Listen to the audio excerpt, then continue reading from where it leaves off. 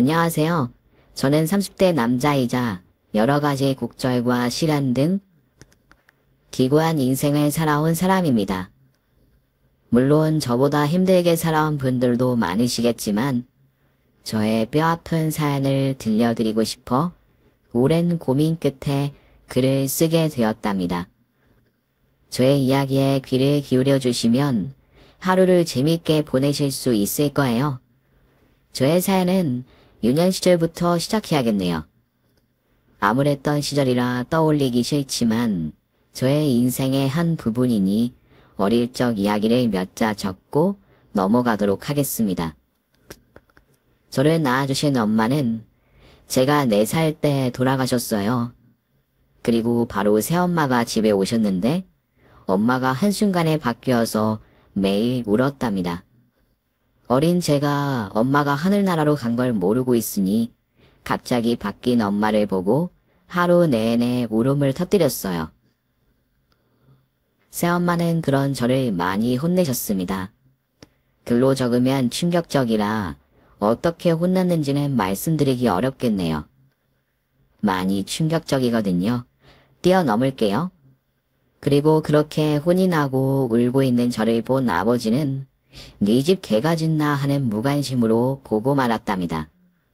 제가 성장하는 동안에 새엄마는 늘 공포의 대상이었어요. 고등학교에 들어가서도 엄마의 찢어지고 갈라지는 목소리가 들리면 팬티에 오줌을 지릴 정도로 겁을 심하게 먹었습니다. 야, 김기범. 너 내가 이런 거 가지고 오지 말랬지? 학교에서 등록금 내라고 하면 가정 형편 어렵다고 말하라고 그랬잖아. 엄마, 그게 담임 선생님이 분기마다 반에서 한 명의 학생에게만 등록금을 지원해 준대요. 제가 지난 분기에 지원을 받아서 이번 분기에는 다른 학생이 학비를 면제받는다고 했어요. 그럼 새끼야, 네가 직접 벌어서 내. 난 죽었다 깨어나도 너한테 줄 돈 따위는 없으니까. 네, 알겠어요. 다시 주유소 알바를 구했으니까 금방 돈을 벌 수 있을 거예요. 그런데 엄마가 먼저 등록금을 주시면 안 될까요? 다음 월급날에 갚아드릴게요. 그럼 빌려줄게. 대신 월급 받으면 봉투 그대로 가져와라. 단 한 푼도 쓰지 말고. 알아들었으면 집안 청소나 해. 신발장에 내 구두 꺼내서 깨끗하게 다 닦고. 저에겐 엄마가 귀신보다 무서운 존재여서 감히 대들거나 반항하지 못했습니다. 지금 와서 생각해보면 왜 그렇게 순하고 여렸는지 모르겠네요.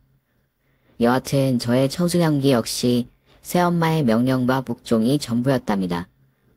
그래서 고등학교 내내 주유소와 패스트푸드점, 우유 배달 등 알바를 하며 등록금을 감내했고 나머지 돈은 모두 엄마한테. 그렇게 20살이 되자 저는 새엄마로부터 도망가려고 군대에 바로 지원했습니다. 군대를 다녀오고 홀로 서기를 하면 두려운 상대를 피할 수 있으리라 판단했죠. 제가 군대 가는 걸 알리지 않고 도망치듯 갔기 때문에 부모님은 제가 어디로 입대한지 몰라서 2년 동안 만나지 않아도 되었습니다. 그렇게 5주의 훈련을 받고 자대 배치를 받게 되었는데 추전방 GP로 가게 되었습니다. 저는 안 된다고 싫다고 말하고 싶었지만 행동으로는 발산하지 못했어요. 저에게 공포의 대상이니 그런 말과 행동을 감히 하지 못했답니다. 실탄을 장전하고 근무를 서는 아주 위험한 곳이었죠. 북한 부대가 철망 너머로 바로 보이는 추전방이라 24시간 내내 긴장을 늦출 수 없었습니다. 근무가 힘들긴 했지만 훈련을 따로 하지 않고 내모 생활도 편했어요. 특히 무섭게 갈구고 괴롭히는 사람이 하나도 없었답니다. 처음 입대할 때 새엄마 같은 사람을 만나게 되면 어쩌나 했는데 모든 선임들이 착하고 좋은 사람들이라 새엄마와 살 때보다 100배는 행복한 군 생활을 보내게 되었어요. 2년의 세월이 흐르고 짝대기 3개인 상병을 달았고 초소 근무를 후임병과 나가게 되어 제 어깨가 무거워졌습니다. 그러던 어느 평일에 새벽 근무를 나가게 되었어요. 저희 GP는 근무 시간이 꽤 길기 때문에 새벽 3, 4시에 나가면 오전 내내 풀로 근무를 서야 했답니다. 어쨌든 1년 동안 아무 사건과 사고 없이 무탈하게 경계 근무를 섰는데 그날은 뭔가 느낌이 달랐습니다. 매일 걷는 길인데도 익숙하지 않은 기분이었답니다. 저와 후임병 1명과 당직 부사관 1명이 같이 경계 근무를 나갔습니다. 저희는 평소대로 철망 부근을 걸으며 떼껴진 부분이 없는지 확인 작업을 하고 있었는데 당직 부사관이 뭔가를 밟은 소리가 들렸어요. 철컹하는 쇳소리가 정확하게 제 귀에 닿았답니다. 순간 지뢰를 밟았다는 걸 확신하게 되어 당직 부사관에게 소리치며 달려갔습니다. 통신대장님, 움직이지 마세요. 지뢰를 밟으셨어요. 뭐라고? 안 들려. 크게 말해봐. 저는 몸을 날려서 통신대장님의 지뢰에서 발을 떼지 않게 하려고 팔을 뻗어 그의 발을 잡으려고 했습니다. 하지만 통신대장님의 발을 이미 지뢰에서 떨어졌고 큰 폭파음이 귀가 찢어지도록 크게 울렸답니다. 정신을 잃었던 저는 수십 초 만에 눈을 뜨게 되었는데 통신대장님의 다리 하나가 지뢰로 인해 떨어져 날았더군요. 그리고 통신대장의 발을 못 움직이게 잡으려고 했던 저의 왼팔도 제 몸에 더는 붙어있지 않았답니다. 통신대장님, 정신 차리세요. 내 다리가 날라왔어. 지금 통신대장님은 쇼크 상태입니다. 진정하시고 무전하세요. 북한군이 몰래 지뢰에 설치했다고 무전하라고요. 내 다리 아직 챙겨도 못 꼈는데 털에 변신이 되다니. 통신대장은 정신을 못 차리고 자기 다리만 찾고 있었습니다. 그리고 제 후임병은 제 뒤에 있었는데 저와 통신대장의 팔다리가 떨어져 나간 걸 보고 실신한 상태였어요.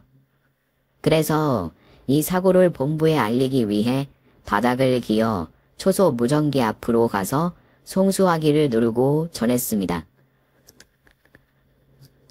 여기는 독실해. 본부 응답하라 오바. 여기는 본부 보고할 내용 있으면 전화라 오바. 북한군이 초소 앞 철망 근처에 지뢰를 심었습니다. 통신대장의 다리가 절단되었고 나는 보부자인 저 김기봉상 맥은 왼팔이 잘려 남았습니다 오바. 뭐? 지뢰를 밟았다고? 기봉아, 조금만 참고 기다려라. 무전을 마치고 뒤를 돌아봤더니 후임병이 정신을 차리고 통신대장의 다리를 지혈하고 있었습니다. 그 모습을 보고 저도 똑같이 군복을 이빨로 뜯어 지혈하기 시작했죠. 그런데 피를 많이 흘려서 그런지 바로 정신을 잃고 말았답니다. 그리고 아주 오랜 시간을 자고 일어났더니 국군 병원이었습니다. 고개를 조금도 움직일 수 없을 만큼 고통스럽고 힘들었는데 한편으로는 제 팔이 어떻게 되었는지 보지 않게 되어 다행이라는 생각을 했어요. 의사가 제 팔을 다시 붙였는지 아니면 아무것도 못했는지 당장 확인할 용기가 없어 고개를 옆으로 돌리지 않고 천장만 보고 눈을 감았다 떴다를 반복했습니다. 며칠 동안 고개를 왼팔 쪽으로 돌리지 않고 있었는데 간호장교가 이제 식사를 해야 한다며 접이식 3을 펴더군요. 그리고 도움을 받아 몸을 일으켰는데 저의 왼팔은 예상대로 보이지 않았답니다. 나중에 군의관에게 듣기를 저의 왼팔은 산산조각이 나서 수술 자체가 불가능했다고 하더라고요. 저는 충격이 있긴 했지만 목숨을 구한 것만으로도 행운이라는 긍정적인 생각을 했답니다.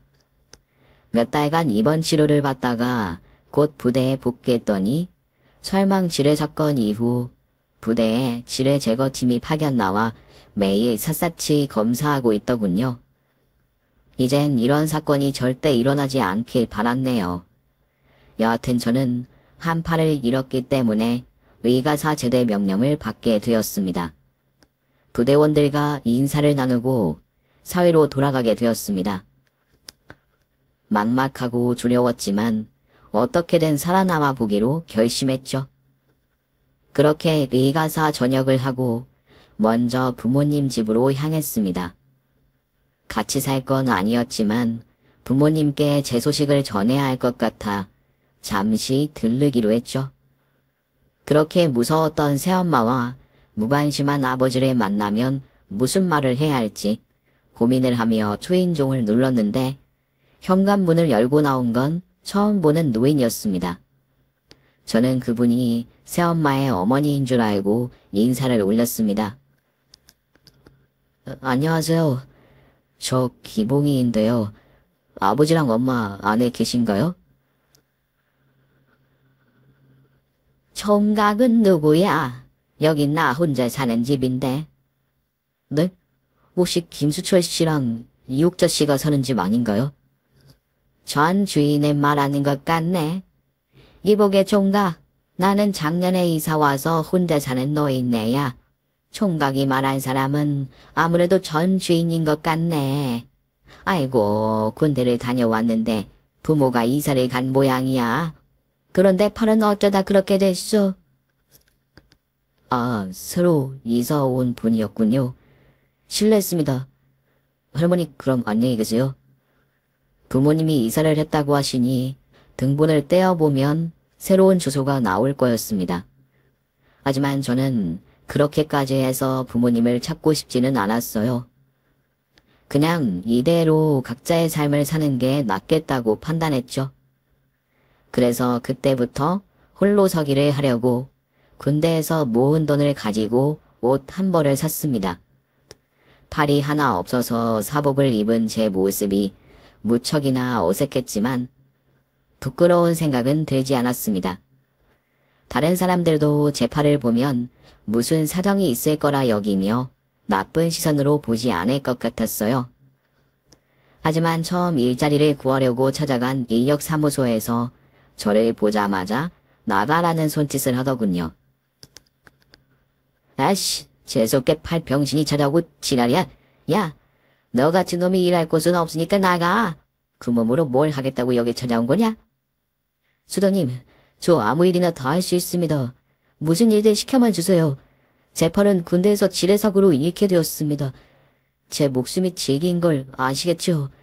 전 무슨 일이든 맡기만 하면 끝까지 책임을 지고 최선을 다할 겁니다. 지뢰건 지뢰 할아버지건 너 같은 병신은 필요 없다고. 괜히 너 같은 놈 이 보내면 나만 욕먹는다고. 아, 당장 꺼져. 단순히 일을 줄 수 있는 게 아니라 병신이 하고 쌍욕을 하고 소금까지 뿌리니 더는 머물 수 없어 밖으로 나와버렸습니다.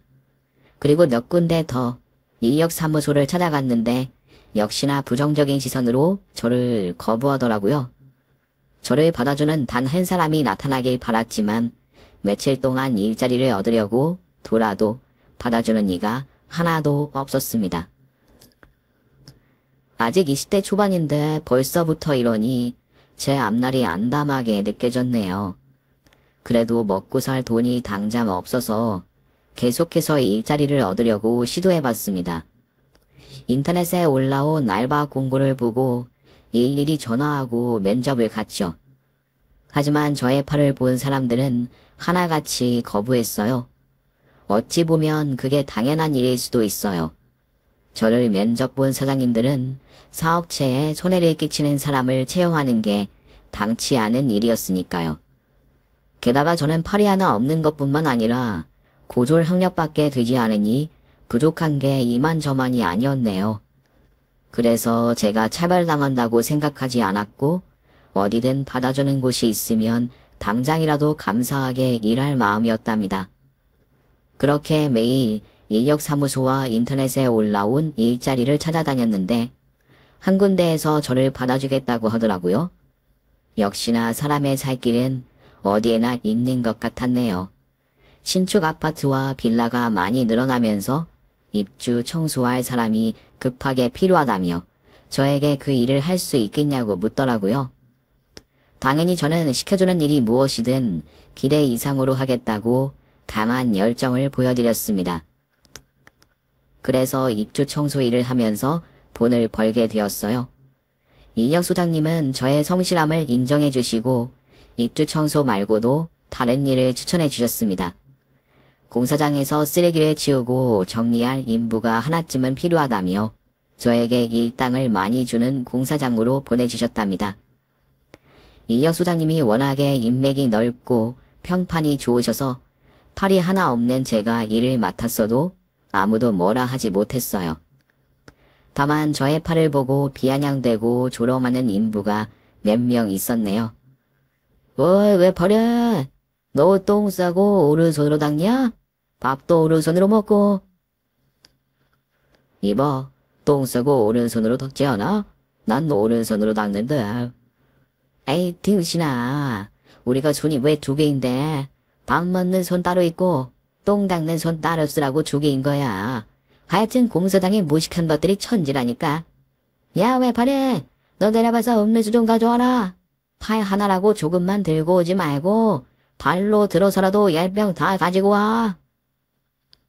네, 알겠습니다. 금방 다녀올게요. 다들 저 빙신 좀 부려먹어. 저 자식은 쓰레기 청소만 하고 우리랑 똑같은 일당을 받아가니까. 그것이 참말이오. 이거 너무 어려. 하는 일도 없는 놈에게 우리랑 같은 일당을 주는 게 말이 돼? 안 되겠다. 이따가 저 자식 오면 다리 걸어서 잡아뜨리자. 한 손으로 넘어지면 그대 다칠 거 아니야.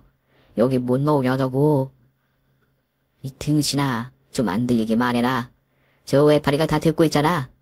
하여튼 저 병신이 벌어가는 돈이 아깝지 않도록 존나게 갈구고 부려먹자고. 저는 이런 일이 자주 있었기 때문에 한 귀로 흘려버렸습니다. 가슴에 담아두고 상처받지 않았답니다. 그러던 어느 날 작은 사고와 함께 희망이 찾아왔습니다. 공사장에 밥을 배달해주는 이모님이 머리에 국밥 몇 그릇을 머리에 얹고 걸어오셨는데 저는 늘 그래왔듯이 한달음에 달려가 이모님의 머리에 얹은 쟁반을 제 머리에 건네받았답니다. 우리 총각이 떠나왔네. 매번 고마워. 아닙니다, 이모님. 매일 배달해 주시느라 고생이 많으세요. 오늘도 감사히 먹겠습니다. 우리 집 순댓국밥은 입에 맞아? 그럼요. 대한민국 최고의 국밥이에요. 저는 삼시세끼 이모님 국밥을 먹어도 좋을 것 같다니까요. 총각이 말도 참 이쁘게 차려. 그래, 그럼 모여가서 밥 먹게나. 네, 감사합니다. 이따가 그릇은 제가 가져다 드릴게요. 그렇게 감사 인사를 전하고 돌아서서 쟁반을 머리에 얹고 공사장 안에 다가가는데 저를 싫어하는 인부가 몰래 다리를 걸었답니다. 저는 그대로 앞으로 넘어지며 순댓국을 모두 엎어버렸고 얼굴도 바닥에 부딪히는 바람에 심하게 다쳤습니다. 인부는 깔깔 웃으면서 조롱하더군요. 아, 왜 화를 도대체 제대로 하는 게 뭐야? 이깟 밥도 못 나르면서 일당 챙겨받는 거 양심에 찔리지 않냐? 빙신 새끼야. 그냥 장애인 연금이나 받고 빙신으로 살아. 괜히 돈 벌겠다고 와서 남의 속을 박박 긁지 말고. 난 너 같은 빙신이 편하게 돈 버는 걸 보면 아주 천보이나. 아저씨, 제가 아무리 싫어도 그렇지 왜 다리를 걸어 넘어뜨려요? 이 귀한 음식을 모두 엎어버렸잖아요. 실화를 허네. 이깟 순댓국이 뭐가 귀하다고 연병이야. 아니다. 너 같은 빙신한테는 특식이겠네. 그러고 보니 너 여기서 밥도 공짜로 처먹고 있네. 아주 호강하면서 사는구나, 이 외파리 새끼야. 인부는 넘어져 있는 저에게 발길질을 했어요. 저는 기침을 쿨록거리며 고통스러워했죠. 그런데 그 순간 순댓국집 이모님이 달려와 바닥에 엎어진 뚝배기 하나를 들고 인부의 면상을 날렸습니다. 아, 뭐야. 아줌마 지금 뭐하는 짓이야? 이 부모를 욕먹게 하는 후레자식아. 네가 뭔데 이 총각을 넘어뜨리고 발길질을 해? 넌 이 총각이 안쓰럽지도 않느냐? 열심히 살려고 노력하는 사람한테 왜 시비를 걸고 지랄이야? 뭐야, 이 아줌마는 둘이 사겨? 아, 이 외파리가 먹고 살려고 나이 많은 아줌마를 꼬신 모양이네. 어이 아줌마, 이 외파리 새끼 털없는 멀쩡해요? 남자 구실은 제대로 하냐고. 그 주둥이를 멋대로 굴렸겠다. 너 오늘 주둥이에 못질 좀 해야 쓰겠다. 이 뚝배기로 강냉이를 털어줘야 쓰겠다고. 그러자 인부가 낄낄거리며 도망치더군요. 그렇게 사건은 끝이 났고 이모님이 저를 일으켜 세워주셨습니다. 총각, 저놈 자식 날마다 저러는겨? 또 다른 아재들도 자네를 놀려먹지? 뭐 그냥 그렇죠 이모님. 이 순댓국 아까워서 어떡하죠? 제가 돈을 드릴 테니 서로 만들어주시면 안 될까요? 됐네. 내가 자네한테 왜 돈을 받나? 돈을 받으려면 저 개같은 상놈의 후리자식한테 받아야지. 밥 걱정하지 말고 자네 몸이나 걱정하게. 종아, 저기 그러지 말고 내 식당에서 일해보지 않겠나? 자네는 배달도 잘할 것 같고 싹싹하니 손님들에게 대응도 잘할 것 같은데 말이야. 네? 이모님 지금 농담하시는 거죠? 저 같은 외파리가 어떻게 손님들한테 대응하겠어요? 괜히 저 때문에 손님 떨어지면 어쩌려고 그런 말씀을 하십니까? 이모님, 괜한 말씀 마시고 국밥이나 서로 만들어주세요. 종각, 내가 지금 농담하는 거로 보이나? 안 되겠어. 당장 지금 공사장 관두고 나와. 내가 자네를 데려가야겠네. 순댓국집 이모님은 진심으로 저를 직원으로 고용하겠다고 하셨습니다. 이에 저는 진심 어린 이모님의 눈을 보고 직감했습니다. 저에게 은인이 되어줄 사람이 생겼다는 걸 말이죠. 그래서 이역 소장님을 찾아가 새로운 일자리가 생겼다고 말씀드리고 그동안 일을 주셔서 고맙다고 인사를 드리고 이모님 가게에 찾아갔습니다. 이모님은 저에게 아주 잘 왔다면서 식당을 구경시켜 주셨고 식당의 직원이자 이모님의 딸인 여자분을 저에게 인사시켜 줬습니다. 기봉청각, 내 딸이네. 내일 모레 30인데 아직도 시집 안 가고 나랑 붙어 살고 있어. 자네 왜 얼굴이 빨개지나? 내 딸이 예뻐 보이긴 한가 보네. 자네 올해 몇이지? 저는 25이에요. 그럼 내 딸이 4살 많으니까. 아, 4살 차이는 궁합도 보지 않는다고 했지? 요리마, 기봉총각 어떠냐? 멋있지 않아? 갑자기 소개팅 분위기가 되어 부끄럽긴 했지만 이모님이 저를 색안경 끼지 않고 봐주시는 것에 대단히 감사했습니다. 그리고 이모님의 따님 역시 마음이 포근하고 따뜻한 사람이었어요. 그러게, 엄마, 꽤 멋있는 사람이네. 그동안 엄마가 왜 칭찬했는지 알 것 같다고. 기봉씨라고 했죠. 우리 앞으로 잘 지내봐요. 일은 천천히 배우기로 하고 일단 밥부터 먹어요. 금방 국밥 한 그릇 드릴게요. 네, 고맙습니다. 누님. 뭐, 누님. 에이씨, 방금 우리 엄마가 궁합도 안 보는 사이라고 일러줬는데 누나 동생으로 선을 그어버리네. 유림씨라고 불러요. 알았어요? 네, 알겠습니다. 유림씨. 고맙습니다. 그렇게 유림씨가 주는 순댓국을 맛있게 먹고 주방에 들어가 일을 배웠습니다. 팔이 하나인 제가 분주하게 움직이며 일을 배우자 기특해 보였는지 바로 국을 끓여 홀로 서빙을 내보내셨습니다. 이에 저는 손님이 불쾌하면 어쩌나 하는 마음으로 조심스럽게 서빙했습니다. 그런데 손님들은 생각보다 좋은 사람이 많았어요. 제 팔을 못 본 척 해주는 사람들이 대부분이었고 간혹 가다가 어쩌다 팔을 잃었냐고 묻는 분들이 있었답니다. 하지만 공사장 인부들처럼 저에게 병신이라는 막말을 하는 사람은 거의 없었어요. 술에 취해 실수하는 사람 몇 명이 전부였어요. 식당 일은 저에게 아주 잘 맞았어요. 일이 재밌기도 하고 제가 쓸모 있는 사람이라는 게 시시때때로 느껴져서 만족감이 높았답니다. 그리고 이모님의 딸인 유림씨와 사귀게 되었어요. 저같이 모자란 사람을 있는 그대로 좋아해주고 아껴주는 덕에 제가 그 마음에 깊이 빠지게 되어 헤어나올 수 없을 만큼 깊은 사랑에 빠졌답니다.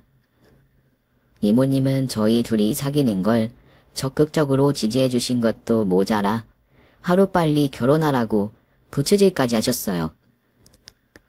기봉아, 언제까지 내 딸이랑 연애만 할 거야? 빨리 데려가 살아. 제 나이가 벌써 31야. 옛날 같았으면 초등학생 자식이 있었을 나이라고.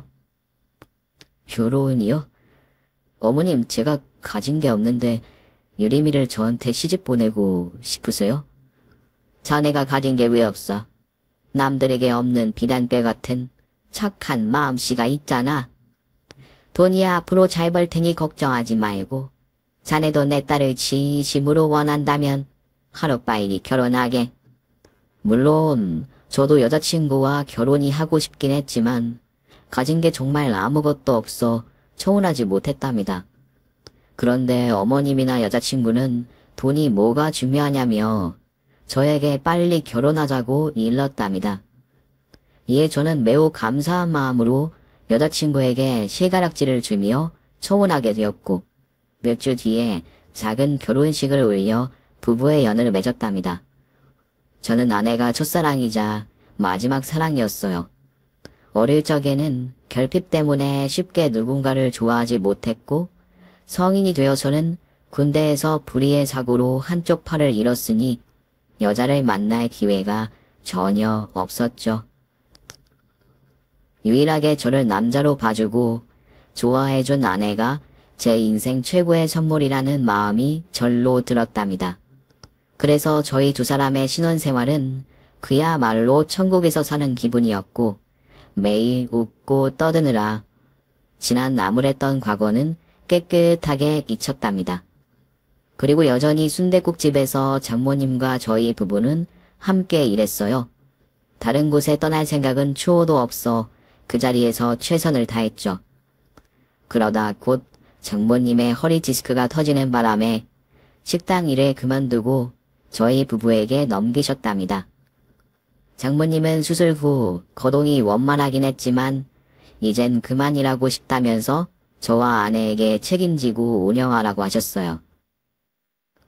그래서 국밥집을 계속 운영하는데 제가 주제넘게 순댓국의 맛을 조금 바꿔봤어요. 육순에는 재료를 추가해서 더 깊은 맛을 우려냈죠. 아내는 제가 바꾼 순댓국을 맛보고는 이렇게 말했습니다. 여보, 이거 대박이야. 진짜 맛있어. 엄마가 한 것보다 더 맛있는데? 맛이 괜찮아? 그런데 이걸 바꿔서 장사해도 될지 모르겠어. 장모님의 노하우를 계속 이어야 하는 게 맞는 거잖아. 에이, 엄마는 그런 거 신경 안 쓸걸?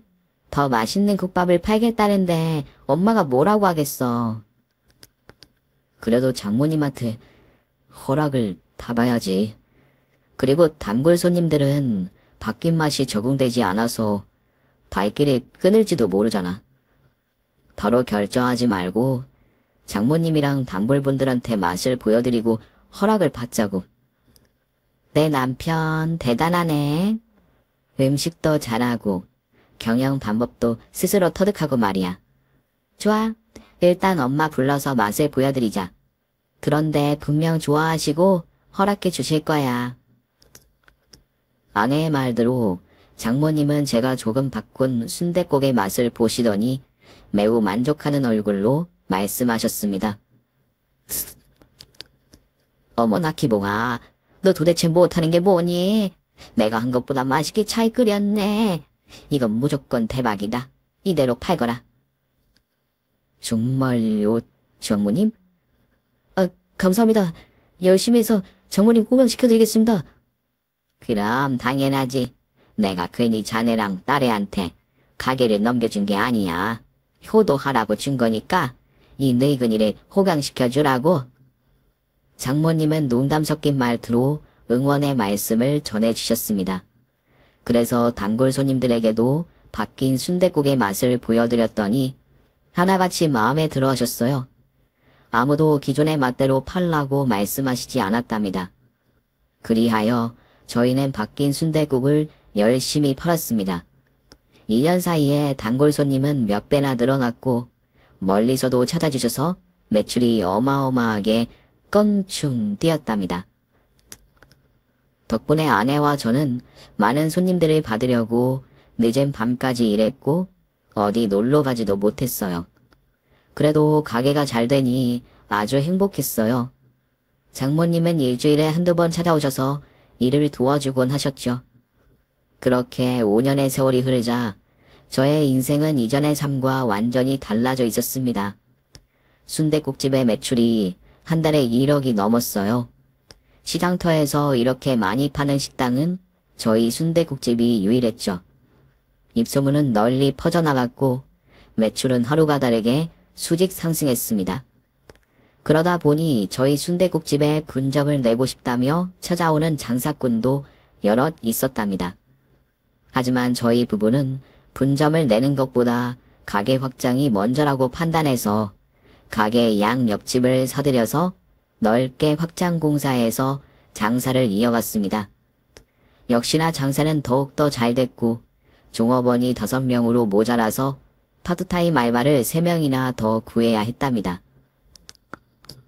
그러던 어느 날 방송국 작가가 저희 가게를 취재하고 싶다는 연락을 해줬습니다. 서민으로 성실하게 장사해서 부자가 된 사람들을 방송하는 프로그램이었죠. 저와 아내는 방송의 힘을 받으면 더 잘 될 것 같기도 했고 장모님께 제대로 된 효도를 하고 싶어서 방송 출연을 하기로 결정했습니다. 며칠 뒤 방송국 PD와 작가, 카메라맨 여럿이 와서 저의 일상을 촬영했어요. 팔이 하나뿐인 장사꾼이라는 타이틀로 촬영했어요. 왜 팔을 잃었는지 군대 이야기를 한참 했고 어쩌다가 한 팔로 어떻게 장사를 하게 되었는지 등등 질문에 대답하는 인터뷰 형식으로 촬영하다가 손님 많은 가게 안에 들어와 순댓국 맛이 어떤지 인터뷰를 했답니다. 감사하게도 손님들은 엄지손가락을 들며 끝내주게 맛있다는 말씀들을 해주셨답니다. 촬영은 기분 좋게 마무리되었고 몇 주 뒤에 텔레비전에서 방송이 되었어요. 저희 부부는 장모님과 셋이서 같이 프로그램을 시청하며 깔깔 웃기도 하고 제 팔을 잃은 이야기에서는 눈시울을 붉히기도 했습니다. 여하튼 장모님께 효도도 하고 아내와 더 돈독하고 깊어지게 된 계기가 되었습니다. 방송 이후에는 손님들이 배로 찾아왔어요. 번호표를 나눠드리고 쉴 새 없이 주방과 홀을 뛰어다니며 일했죠. 그러다 마감을 하게 되면 아내와 저는 녹초가 되어 홀 의자에 앉아 서로의 어깨를 주물러주고 휴식을 취했답니다. 방송이 나간 지 얼마 뒤에 마감하고 정리하던 중 보고 싶지 않은 얼굴을 마주하게 되었습니다. 여기 맞네. 여보, 여기 우리 아들 있어. 오, 기범이 많네. 이야, 너 진짜 성공했구나. 저는 두 사람의 얼굴을 보고 본능적으로 뒷걸음질을 했습니다. 기봉아, 너 지금 뭐 하는 거니?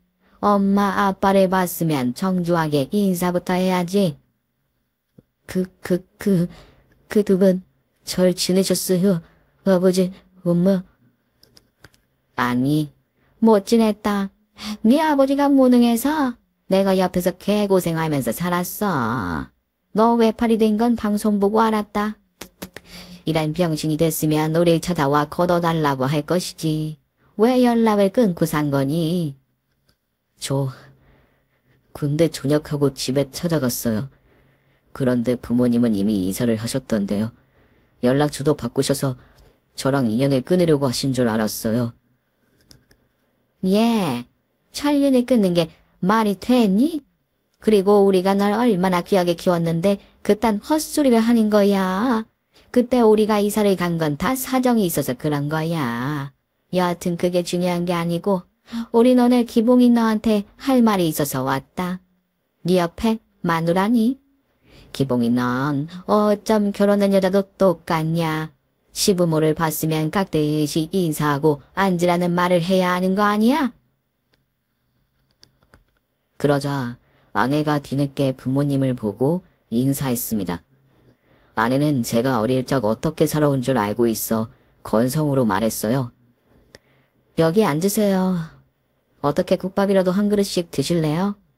기본 크기는 8,000원이고 특사이즈는 9,000원인데 뭘로 드릴까요? 어머나 얘 좀 봐라. 지금 우리한테 장사를 하려고 하네. 이거 아주 웃기는 년이네. 야, 넌 그냥 조용히 구석에 찌그러져 있으라. 기봉이랑 긴이 할 말이 있으니까. 싫은데요? 제 남편의 일이니 저도 같이 들을 거예요. 오, 그러셔. 그럼 좋을 대로 해라. 어차피 나중에 다 들을 테니. 앉아서 첫 듣든지 말든지 알아서 하라고. 야, 기봉아. 넌 이렇게 성공했으면 우릴 찾아와서 효도해야 하는 거 아니니? 내가 널 15년을 키워줬는데 어쩜 그렇게 입을 싹 닫고 혼자만 잘 사는 거야? 어머, 그게 이 식당은 제 것이 아니라 장모님 거예요. 저는 그냥 일하는 종업원이라고요. 어쨌든 간에 네가 개발한 레시피로 대박난 거 아니야? 네가 잘해서 공방석에 앉은 거 아니냐고.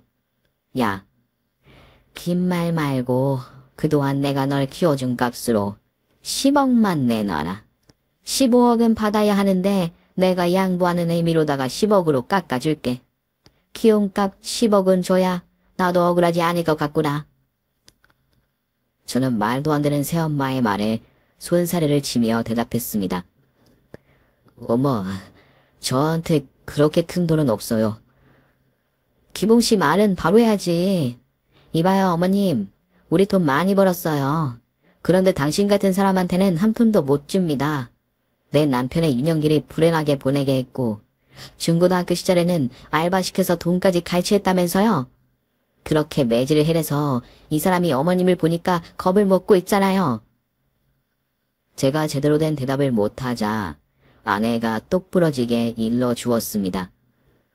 그러자 새엄마는 의자를 밀고 일어서서 아내의 뺨을 갈기려고 했답니다. 그 순간 재빨리 제가 손을 뻗어서 새엄마의 손을 잡았어요. 어쭈, 김기봉이 많이 컸네. 이 엄마가 그새 만만해진 거냐? 이거 안 나? 어머, 그거나스. 그리고 절 수막에 때리고 못살게 군 거 그대로 기억하고 있어요. 아버지는 가만히 구경만 했고요. 그런 사람들한테 저와 아내가 번 돈을 왜 주겠어요. 우린 아무것도 드릴 게 없으니까 돌아가세요. 뭐가 어째? 야, 니놈이 어릴 때 맞은 건 버르장머리 없는 짓을 해서 맞았겠지. 내가 이유도 없이 널 혼내고 때렸겠냐? 그 정도면은 누구나 맞으면서 크는 거야. 이 은혜도 모르는 검은 머리 짐승놈아. 당장 키워준 값 10억 내놔. 그 돈 안 주면 여기서 한 발짝도 나가지 않을 거다. 니놈이 여기서 장사 못하게 천년만년 버티고 있을 거라고. 새엄마는 난리를 치며 10억을 달라는 억지를 부리셨습니다. 신들린 듯한 몸부림을 치며 악을 쓰면서 말이죠. 저와 아내는 경악하고 뒤로 물러섰어요. 그런데 그 순간 식당 문이 열리며 돼지머리가 공중으로 날아들어왔습니다. 돼지머리는 정확히 새엄마의 얼굴을 맞췄습니다. 이 징그러운 거 뭐야? 너가 감히 이웃자한테 이런 흉물스러운 걸 던진 거야? 나와! 그러자 장모님이 가게 문턱을 넘어오셨습니다. 네 양반, 네 놈이냐? 내 사위를 못살게 굴던 개자식들이 이 언니이자 누나가 너희들 교육을 좀 시켜줘야겠구나. 뭐가 어째? 이게 어디서 돼지 머리를 날려 너 혼나고 싶어?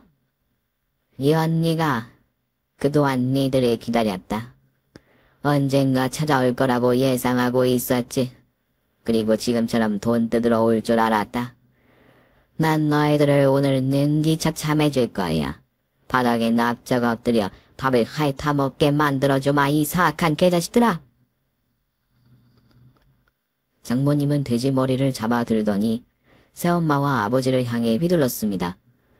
방긋 웃고 있는 돼지머리는 부모님의 면상을 사정없이 박아댔답니다. 돼지 얼굴이 이그러지도록 엄청나게 두들겨 패줬죠. 한참을 두들겨 맞은 부모님은 바닥에 널브러져 숨을 쌕쌕 내쉬며 그만하라고 손짓했답니다.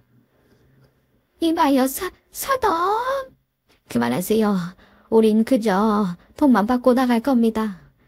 내가 아들놈을 15년이나 키웠는데 그 값은 받아야 하는 게 마땅하지 않겠어요? 아직 덜 맞았구나. 15년 동안 괴롭게 삶을 산 내 사위에게 싹싹 빌어도 모자랄 판에 돈을 달라고. 그래서 얼마나 받아가려고. 10억이요. 그 정도는 받아야죠. 그래야 나도 억울하지 않을 거 아닙니까? 아, 10억? 그럼 내가 10억 원어치 때려줄게. 돼지 머리가 으깨져서 죽이 될 때까지 맞아봐라. 진짜 미친년이네. 그만 때려, 이 돼지개가. 너만이 나한테는 오늘 이 김순덕이한테 대질이라. 장모님은 정말 살벌하게 돼지 머리를 휘둘러서 부모님의 면상과 사지를 쉴 새 없이 내려쳤습니다. 그리고 아내가 주방에서 돼지 머리를 하나 더 가져오더니 장모님과 똑같이 처참하게 돼지머리 몽둥이질을 시작했습니다. 엄청나게 맞은 새엄마와 아버지는 머리를 감싸고 무릎을 꿇고 앉았습니다. 사돈, 그만하세요. 알겠어요. 10억은 없던 거로 하겠습니다. 대신 5억만 받아갈게요. 모두를 위해서 이만하면 그럴싸한 제안 아닌가요? 와, 그만 때리세요. 알겠어요? 1억. 더 이상은 흥당 안 됩니다. 1억만 받고 나갈게요. 1억. 그럼 1억 원어치 때려줄게. 아직 100만 원어치밖에 때리지 못했으니까 9,900만 원어치 더 맞아라. 야, 진짜 무식하게 뭐하는 짓이야. 여보, 우리 나가자. 치자고. 돈이고 뭐고 맞아 죽게 생겼단 말이야. 나도 나가고 싶은데 두 여자가 우리 계속 패고 있잖아. 여보, 아무래도 필요하겠어. 썩썩 빌고 나가자. 싫다. 여기서 뭘 더 빌라는 거야. 알았어. 저기 사돈. 며느라, 그만 멈춰봐요. 우리 아들 기붕이한테 사과할게요. 그러면 우리를 내보내줄 거예요? 1억 원어치 맞고 나가지. 왜 벌써 포기하고 그래? 언니가 돈 줄게 몸으로 떼고 1억 받아가. 아니에요. 돈이고 뭐고 사지 멀쩡하게 나가는 게 훨씬 낫겠어요. 그래. 그럼 내 사위한테 빌어봐라. 만약 내 사위가 용서해주지 않으면 1억 원어치 맞고 돈도 못 받고 나가는 거야. It's okay. 장모님과 아내는 잠시 돼지머리 찜질을 멈추었습니다. 그리고 아버지와 새엄마가 저에게 사과를 시작했답니다. 기봉아, 휘엄마가 널 때리고 잡은 건 단순한 훈육이었어. 그리고 네가 알바해서 받은 돈을 빼앗은 건 네가 허튼데 돈을 쓸까봐 저축을 한 거야. 맞아, 네가 준 돈은 통장에 고스란히 있다고. 훈육이요? 그 어린애가 그만하라고 울부짖었는데도 멈추지 않고 때린 게 훈육이라고요? 당신은 내가 죽게 될까지. 죽어서도 용서하지 않을 겁니다. 아버지 당신도 마찬가지고요. 당신들이 아니었으면 내가 군대로 도망가지 않았을 거고 이렇게 팔을 잃지도 않았을 거라고 이 개같은 것들아. 니들은 오늘 내 진짜 부모인 장모님한테 돼지게 처맞고 기어나갈 거야. 이 후레자식 좀 보소. 사진 말짱하게 키워졌더니 엄한 데서 외파리가 되어 돌아와서 우리 탓하네. 야, 팔병신, 넌 그냥 빙신이 대팔자였던 거야. 어디서 싸바지 없이 부모 탓을 해. 내가 너한테 사과한 거 취소다. 이 후레자식아. 이 판사판이야. 여보, 이것들 다 조져버리다. 그래, 나도 더는 못 참아. 이것들 다 조져버리고 계획한 대로 10억 뜯어내고 나가자고. 두 사람은 바닥에서 일어나 아내와 장모님의 팔을 잡고 반격했습니다. 그래서 저도 아버지와 새엄마를 향해 돌진해 힘겨루기를 했답니다. 그렇게 누가 이기는지 끝장을 보려는데 식당 문이 열리며 단골 손님들이 들어오더군요.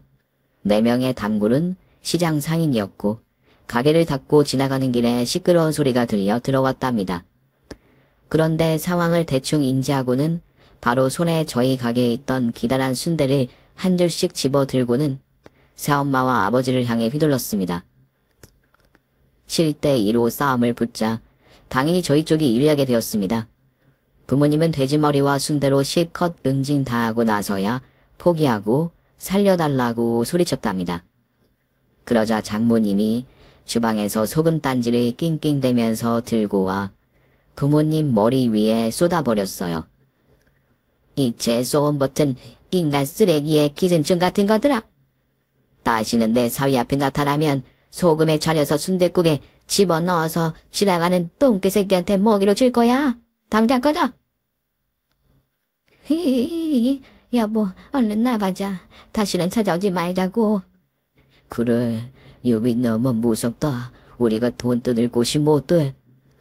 두 사람은 꽁진하게 도망갔는데 팔다리를 다쳐서 바닥을 영차 하며 기어서 나갔습니다. 2마리의 벌레처럼 말이죠. 저는 이 모든 일이 끝나고 장모님과 아내에게 감사를 표했습니다. 장모님, 감사해요. 장모님이 아니었으면 저는 아무 말도 못하고 맞기만 했을 거예요. 아직도 새엄마가 무섭거든요. 여보, 당신한테도 고마워. 기보아, 너한테는 이제 새엄마라는 존재는 없어. 아버지라는 것도 마찬가지고. 너에게 부모는 나 하나야. 알겠니? 네, 장모. 아니, 어머니, 감사합니다. 저는 아내와 어머니를 꽉 끌어안고 눈물을 한바탕 실컷 흘렸답니다. 그렇게 저를 고통 속에 살게 했던 부모님은 다시는 찾아오지 않았어요. 들리는 소문으로는 남의 돈을 빌리고 갚지 않아서 감옥에 갔다고 하더라고요. 저는 굳이 사실 확인하지 않았습니다. 두 사람이 어떤 인생을 살든지 저와는 아무런 사이가 아니었으니까요. 그렇게 어린 시절의 악몽을 끝내고 아내와 장사를 열심히 하며 일상을 보냈답니다.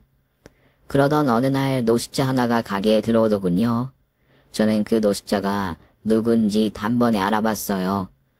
공사장에서 청소와 심부름을 할 때 저에게 파의 병신이라고 욕하고 다리를 걸어 넘어뜨리던 인부였죠. 기부마, 너 추세다. 아저씨는 꼴이 말이 아니네요. 왜 이렇게 된 거예요? 다리는 왜 저러요? 공사장에서 일하다가 고층에서 떨어졌다. 그래서 다리 병신이 됐지. 보험금으로 나온 돈은 죄다 도박으로 까먹고 집도 절도 없이 귓바닥에 인생을 살고 있다. 그러셨어요? 배고파서 들어온 거죠? 순댓국 한 그릇 드릴까요? 돈은 받지 않을게요. 김호아, 예전에는 미안하다. 내가 너를 그렇게 괴롭혀서 이런 꼴이 된 것 같아. 됐어요. 저는 그냥 불쌍한 노숙자한테 국밥을 주는 거지 당신을 용서하거나 이해해주는 건 아닙니다. 밥 먹고 조용히 나가세요. 그리고 배가 고프면 언제든 찾아오세요. 그러자 인부는 엉엉 울면서 저에게 잘못했다고 사과하더군요.